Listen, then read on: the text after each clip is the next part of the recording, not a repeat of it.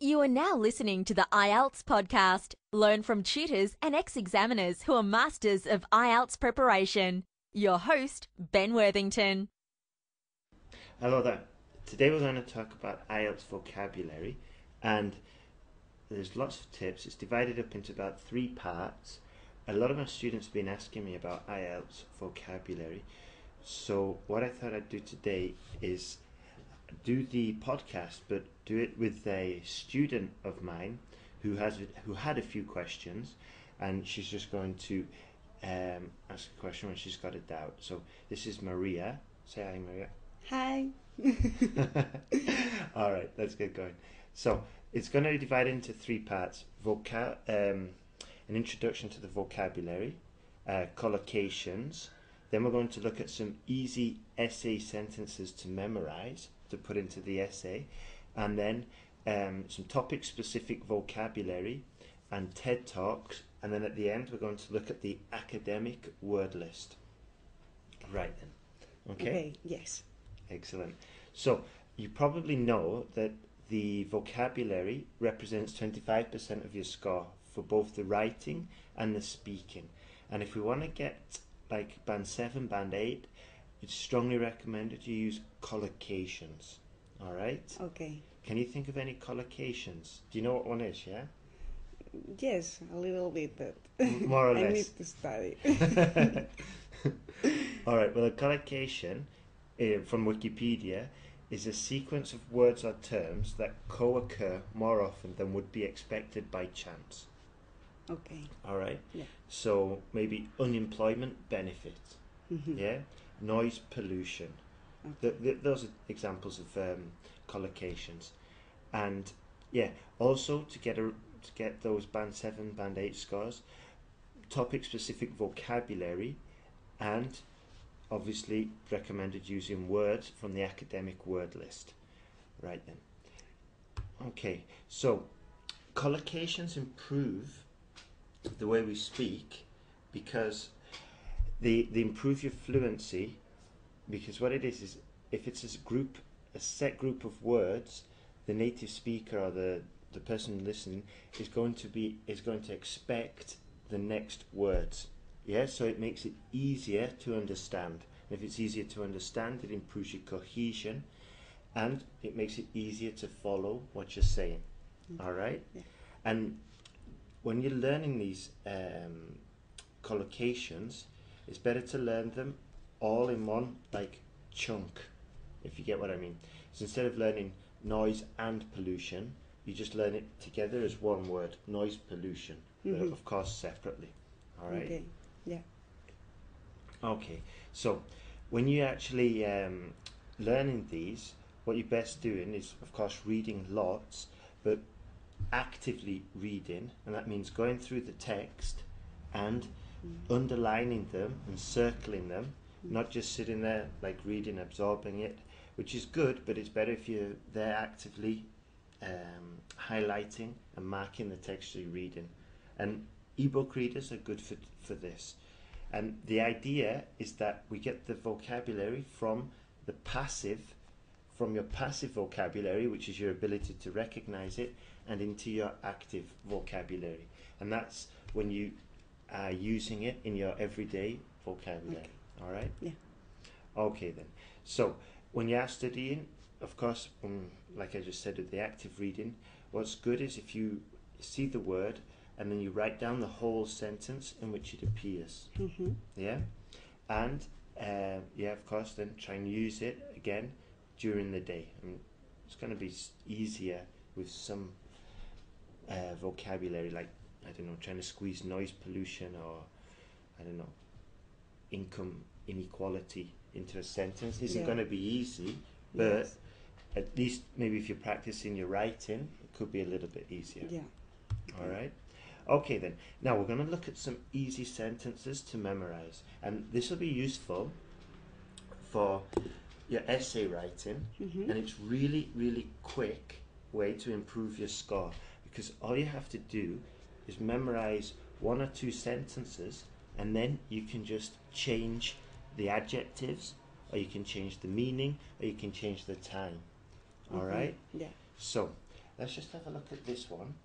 Okay, the issue of, I don't know, income disparity or income inequality in Western countries has grown in importance over the past few decades. Yeah. So if we've got that sentence, how could we change that, adapt it to a different type of essay? What could we change there? Could you give me another sentence? Sorry, could you repeat? Yeah. Okay, we've got this sentence. The issue of Western countries has grown in importance over the past few decades. One alternative would be the issue of wealth in most, or the issue of technology in most continents has fallen in importance over the past few years. Can you see how we've changed decades for years? Yes. We've changed grown for fallen, but we've basically got we've basically got the same structure. Yes. So could you think of another sentence using that structure? Like the issue of politicals in north continents. Yeah, the issue of politicians in northern continents. Could be or has fallen, has been difficult in these latest years. Okay, yeah, that could be one. And the first parts were correct, but the idea is that you keep that, instead of has been, we'd put like another verb. Exactly, yeah, and one that would go well with importance. So we could say has, let's see, has disappeared in importance. Yes, for example, something like that. And then over the past few weeks. Yeah. So we could even say the issue of independence in Eastern European countries has risen in importance over the past few days or weeks. Yeah. Yeah. So it's a bit tricky to do at first, but the idea is that you memorize that structure. Yes. The issue of has in importance over the past few days, weeks, years, months. All right, let's do another one. So we can also reverse the meaning, and here we've changed it from dangerous problems to exciting opportunities. So income equality or age is one of the most dangerous problems facing less developed nations today. And then we changed it and adapted it for for developed countries. Yeah, and we said technological disruption is one of the most exciting opportunities facing developed nations today. All right. Yes. So we change the meaning and make it into a positive one. Here we can change the view. Yeah, and this is quite good because it's generally. I'll give you the example first. However, in my view, this solution is rather controversial, and other solutions need to be found. We can change the viewpoint from my personal view to a general viewpoint and say, however, from a general viewpoint, this solution is rather impractical, blah, blah, blah, or rather controversial. And the advantage of doing this is that we make the essay sound more academic by avoiding using the first person. Yeah. Which makes it sound more objective. Yes. Right. Next one. So, and here are some universal sentences that we could just drop into the body paragraphs or maybe in the introduction, and these are very good, but we have to use them with caution because we need to get the context correct. Yeah. Okay. So it's say, here's an example. It is undeniable that I don't know, the World Bank or economic development or pollution, yeah, it is undeniable that is one of the most challenging issues in the Western world. Okay. Yeah. And this sentence you can use in anything. There are also studies being performed on a world level to discover the source of these important problems. Yeah. Yeah. But examiners can spot these sentences, so they have to be used with caution. All right. Of course. And it's always better to adapt them. Yeah. But if you're in a really sticky, in a really difficult situation, and maybe you're having a bad day and the exam's going bad, if you've got that sentence, you can drop it into any of them. But of course, it's much better if you can adapt it. Yeah. All right. It's your general if you are talking. Exactly. You're writing about something really important. Exactly. And if you've used a few of these sentences already, you've got to set up an essay that is just too general, not specific, and probably has gone off the task response. Okay then. So, and then the final sentence we could use is one solution proposed by the, and then we could say IMF or World Bank or the World Health Organization or NATO or whatever, is to, and then put a solution. Yeah? Okay. Can you think of a sentence that we could, can you think of a sentence you could make using that structure? Another structure for... No. Use that structure, but maybe adapt that sentence with using that structure to something maybe about, I don't know, pollution or water pollution or something like that. Yes, of course. Do you want that I make one? Yeah. One solution proposed by the by Greenpeace, because you can tell the no. Perfect. Okay. Greenpeace, yeah. Is to cut down the consume of water and use preferable. You can say preferable? No. In what? Preferable washing machines or. Okay. Yeah. One solution proposed by Greenpeace is to cut down on the consumption on water consumption, a collocation there, water consumption. Yeah. One solution proposed by Greenpeace is to cut down on water consumption by using economically or environmentally friendly washing machines or something like that. Yeah, but you see, if we could have used a collocation in there, water consumption, it would have been good. But using Greenpeace is a very good example because it's something that, one, the examiner can relate to because everybody knows about Greenpeace, and two, it's exactly, if you're writing about environmental issues, mentioning Greenpeace is exactly the right type of tone and the right type of example to use for that kind of essay. Yeah, especially if it's about environmental protection and things like that. Okay. So good. Right then. Here are some more universal sentences. All right. So if you've got a pen, you might want to write these down for the listeners. It is fairly easy to comprehend the arguments why this proposal has been made. Yeah? Very universal. You can just put this in at maybe in the introduction. There would be at least two facets to this proposal. What do facets mean? 2 points of view. Yeah, or two parts or two components. Yeah. Good. All right. There is also, however, a strong argument not to implement this proposal. Okay. So these are quite easy sentences, and then this one, which I recommend most of my students to learn by heart, because it's really very practical. You could say, and this is to give an example. You say, a recent study by the IMF shows that 50% of so and so is or are. Yeah? Okay.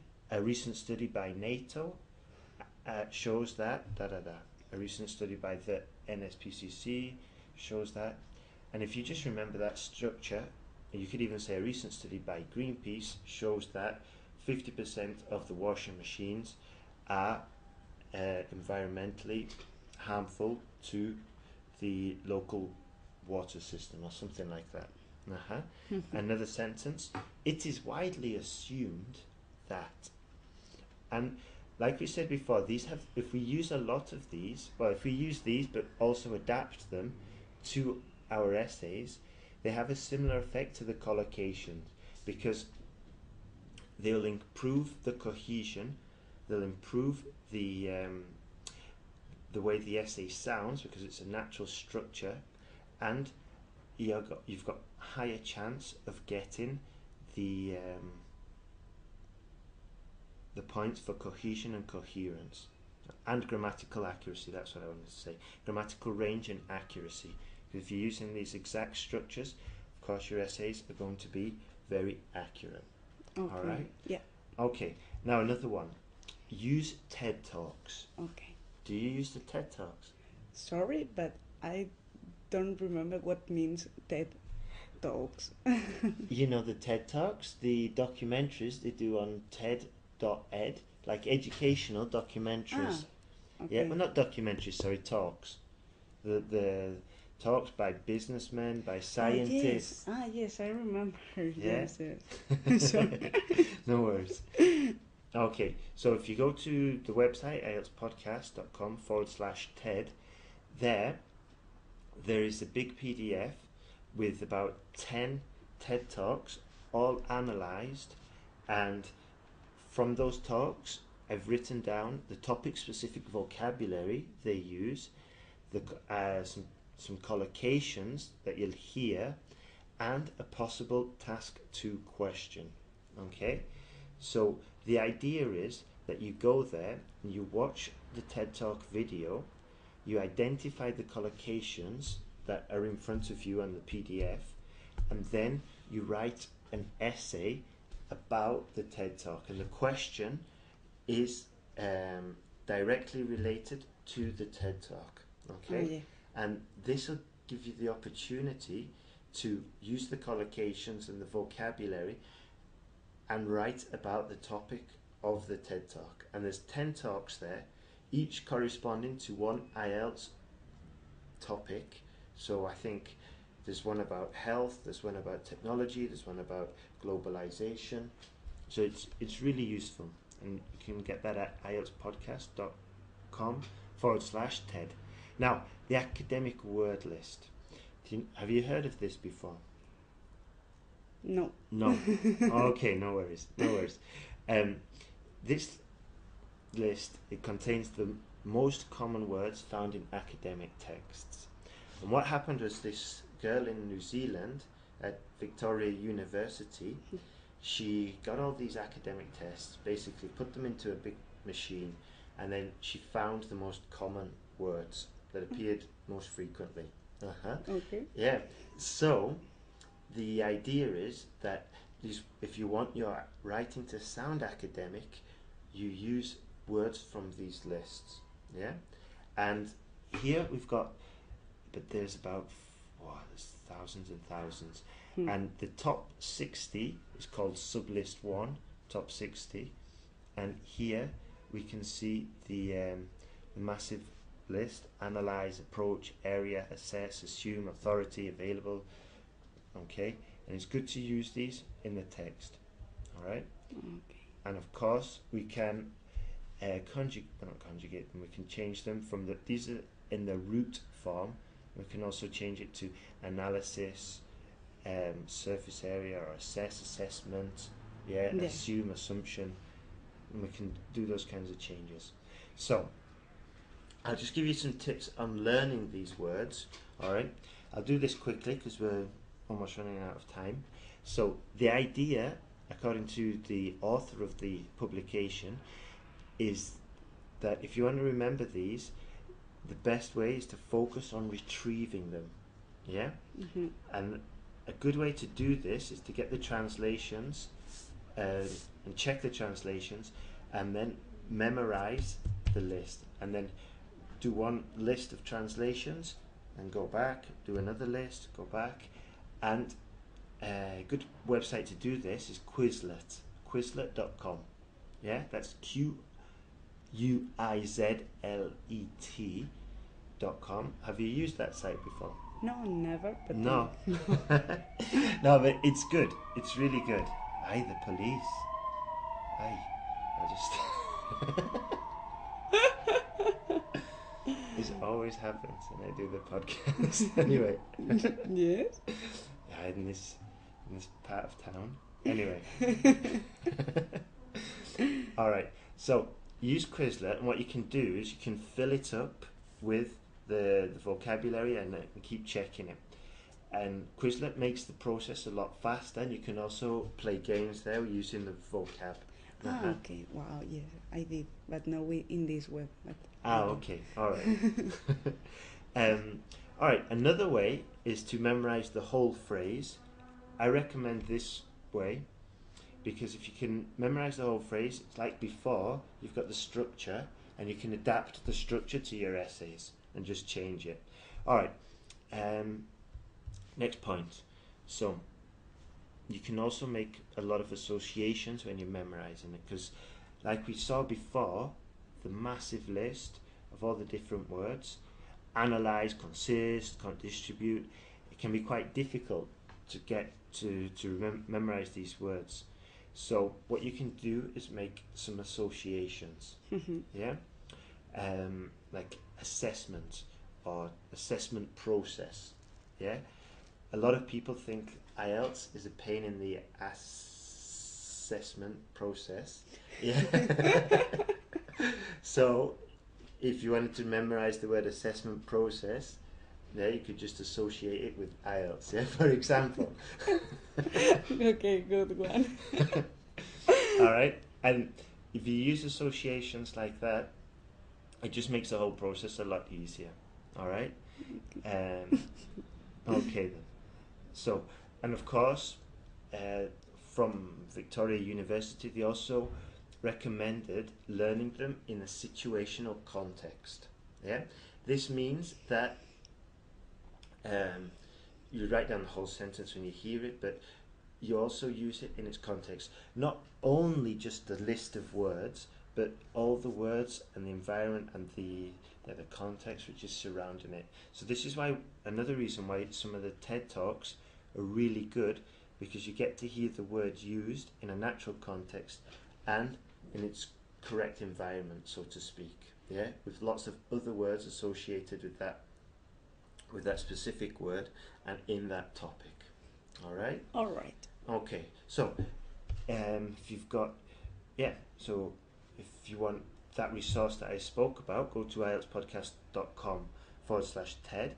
And Maria, do you have any questions about that? No. No? All good? All good. Perfect. Thank you very much. You're welcome.